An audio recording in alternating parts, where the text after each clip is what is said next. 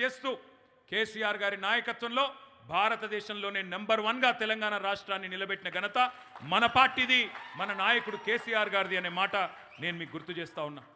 ఎప్పుడు కూడా ఒక జాతి సంక్షోభంలో ఉన్నప్పుడు, ఎప్పుడు కూడా ఒక జాతి తల్లడిల్లుతున్నప్పుడు ఒక యోధుడు పుడతాడు. ఆ యోధుడు ఒక స్పాటకస్ కావచ్చు, ఒక మహాత్మా గాంధీ కావచ్చు, ఒక మార్టిన్ లూథర్ కింగ్ కావచ్చు, ఒక నెల్సన్ మండేలా కావచ్చు.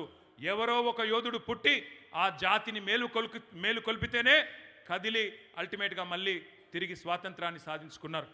ప్రతి జాతికి, ప్రతి దేశానికి, ప్రతి ప్రాంతానికి ఒక కథ ఉంటుంది, ఒక కథానాయకుడు కూడా ఉంటాడు. ఈ కథలో ప్రతి నాయకులు కూడా ఉంటారు. త్యాగాలు ఉంటాయి, విద్రోహాలు కూడా ఉంటాయి, విజయాలు ఉంటాయి, అపజయాలు ఉంటాయి, ఎదురు దెబ్బలు ఉంటాయి, గుణపాఠాలు కూడా ఉంటాయి. అట్లాగే తెలంగాణ కథలో కూడా ఉన్న ఒక్క కథానాయకుడు, కలిసొచ్చే కాలానికి నడిసొచ్చే కొడుకు, 2001లో ఈ గులాబీ జెండాతో తెలంగాణ తల్లికి జన్మనిచ్చిన తనయుడు కేసీఆర్ గారి రూపంలో మన ముందుకొచ్చిండు. అందుకే ఈ కథను, మన తెలంగాణ జాతి వ్యధను రేపటి తరానికి నరనరాన ఎక్కించాల్సిన బాధ్యత మన మీద ఉన్నది. లేకపోతే మళ్ళీ మన తెలంగాణ జాతి పరాయి దండయాత్రలో ఓడిపోయే ప్రమాదం ఉన్నది. ఆ ప్రమాదం ఈరోజు కాంగ్రెస్ పార్టీ చేస్తున్న దాడి రూపంలో మనకు కనబడుతూనే ఉన్నది. మనం తెలుసుకోవాల్సిన కొన్ని విషయాలు ఉన్నాయి. మన జాతికి మహత్తరమైన పోరాట చరిత్ర ఉన్నది. అది తెలంగాణ సాయుధ పోరాట చరిత్రనే కావచ్చు, వీరోచితమైన ఉద్యమ గాథనే కావచ్చు, ఆనాడు వీరనారి చాకలి ఐలమ్మ రూపంలో కావచ్చు, ఆరుట్ల కమలమ్మ రూపంలో కావచ్చు. మన ఆడబిడ్డలు ఎన్నడూ కూడా పోరాటాల్లో వెనక్కి పోలేదు. ప్రపంచానికే పాఠాలు నేర్పిన ఉజ్వల ఉద్యమ గాథ మనది. ఒక్క తెలంగాణ ఉద్యమ రూపంలో కాకుండా ఆనాడు సాయుధ పోరాటంలో కూడా ఒక షేక్ బందగి, ఒక దొడ్డి కొమరయ్య, ఒక మగ్దుం మొయ్యుద్దీన్ లాంటి నాయకులు ఆనాడు బ్రహ్మాండమైన పోరాటాలు చేసి ఆదర్శంగా తెలంగాణ జాతికి ఎన్నటికీ కూడా గుర్తుండిపోయే అద్భుతమైన సన్నివేశాలు సృష్టించినారు. స్వరాజ్య సమరాన్ని మించిన సముజ్వల సన్నివేశాలను సృష్టించి సంఖ్యలను తెంచుకున్న సందర్భం, విజయం మనకున్నది, మన జాతికున్నది. కుట్రలను కుతంత్రాలను ఛేదించి యావత్ జాతిని ఒకటి చేసి ఏకతాటి మీదకి తీసుకొచ్చి శాంతియుత పందాలో, ప్రజాస్వామ్య పందాలో వ్యూహాలు ఎత్తుగడలు రచించి ఉక్కు సంకల్పంతో, మరి చెక్కు చెదరని నిబద్ధతతో గమ్యాన్ని ముద్దాడిన నాయకులు కూడా ఉన్నారు.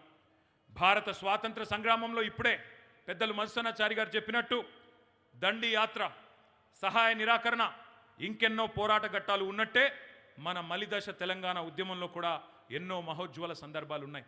మీ అందరికీ తెలుసు, కానీ ఒక్కసారి నెమరు వేసుకుందాం. 1948 నుంచి 56 వరకు ఒక ప్రత్యేక రాష్ట్రంగా ఆనాటి తెలంగాణ ఉండే. హైదరాబాద్ రాష్ట్రం పేరుతో ఉన్నప్పటికీ భౌగోళికంగా ఈ రోజున్న తెలంగాణ రాష్ట్రమే సింహభాగం ఆనాడు హైదరాబాద్ రాష్ట్రంలో కూడా ఉన్నది. ఆనాటి హైదరాబాద్ రాష్ట్ర ప్రజల ఆకాంక్షకు వ్యతిరేకంగా ఆనాటి మొట్టమొదటి ఎస్ఆర్సి, మొట్టమొదటి state reorganisation commission, justice Fazal Ali గారి నేతృత్వంలో ఏర్పడ్డ కమిషన్ సిఫార్సులకు వ్యతిరేకంగా 1956లో బలవంతపు పెళ్లి, ఆనాటి హైదరాబాద్ రాష్ట్రానికి, అప్పటి ఆంధ్ర రాష్ట్రానికి బలవంతపు పెళ్లి చేసిందే ఆనాటి కాంగ్రెస్ ప్రభుత్వం, ఆనాటి కాంగ్రెస్ జాతీయ నాయకత్వం. అప్పటి తొలి ప్రధానమంత్రి భారతదేశానికి జవహర్లాల్ నెహ్రూ గారు. ఆనాడు ఆయన ఒక మాట అన్నారు, నిజామాబాద్లోని ఖలీల్వాడి మైదానంలో ఇది ఇష్టం లేని పెళ్లి అని తెలుసు కాబట్టే ఆ పెళ్లి చేస్తున్నప్పుడే చెప్పిండు పండిత్ జవహర్లాల్ నెహ్రూ. జనరల్గా పెళ్లిలో ఏ పండితుడైనా పెళ్లి మంత్రం చదువుతాడు కానీ విడాకుల మంత్రం చదవడు. కానీ పండిత్ జవహర్లాల్ నెహ్రూ గారు మాత్రం నిజామాబాద్ ఖలీల్వాడి మైదానంలో ఒక మాట అన్నారు, ఆజ్ ఏక్ మాసూమ్ బच्ची की शादी एक नटखट लड़के के साथ हो रही है, अगर ये मिलाप अच्छा चला तो अच्छी बात है, वरना जब चाहे तब तलाक ले सकते हैं. అంటే ఈ అమాయకపు ఆడపిల్ల, తెలంగాణ అనే అమాయకపు ఆడపిల్లకు ఈ అతి హుషారైన పిల్లగాడితో పెళ్లి చేస్తున్నాం, ఒకవేళ వీళ్ళ కలయిక మంచిగా సాగితే మంచిది, లేకపోతే ఎప్పుడంటప్పుడు విడాకులు తీసుకోవచ్చు అని చెప్పి ఆనాడే పెద్దలు భారతదేశానికి మొదటి ప్రధానమంత్రి జవహర్లాల్ నెహ్రూ చెప్పింది. ఆయన అనుమానించినట్టే, తెలంగాణ సమాజంలో ప్రతి ఒక్కరూ అనుమానించినట్టే 1956లో ఏ బలవంత పెళ్ళైతే జరిగిందో వెంటనే ఆ పెళ్లిలో అన్యాయం ప్రారంభమైంది, అన్యాయాల పరంపర ప్రారంభమైంది.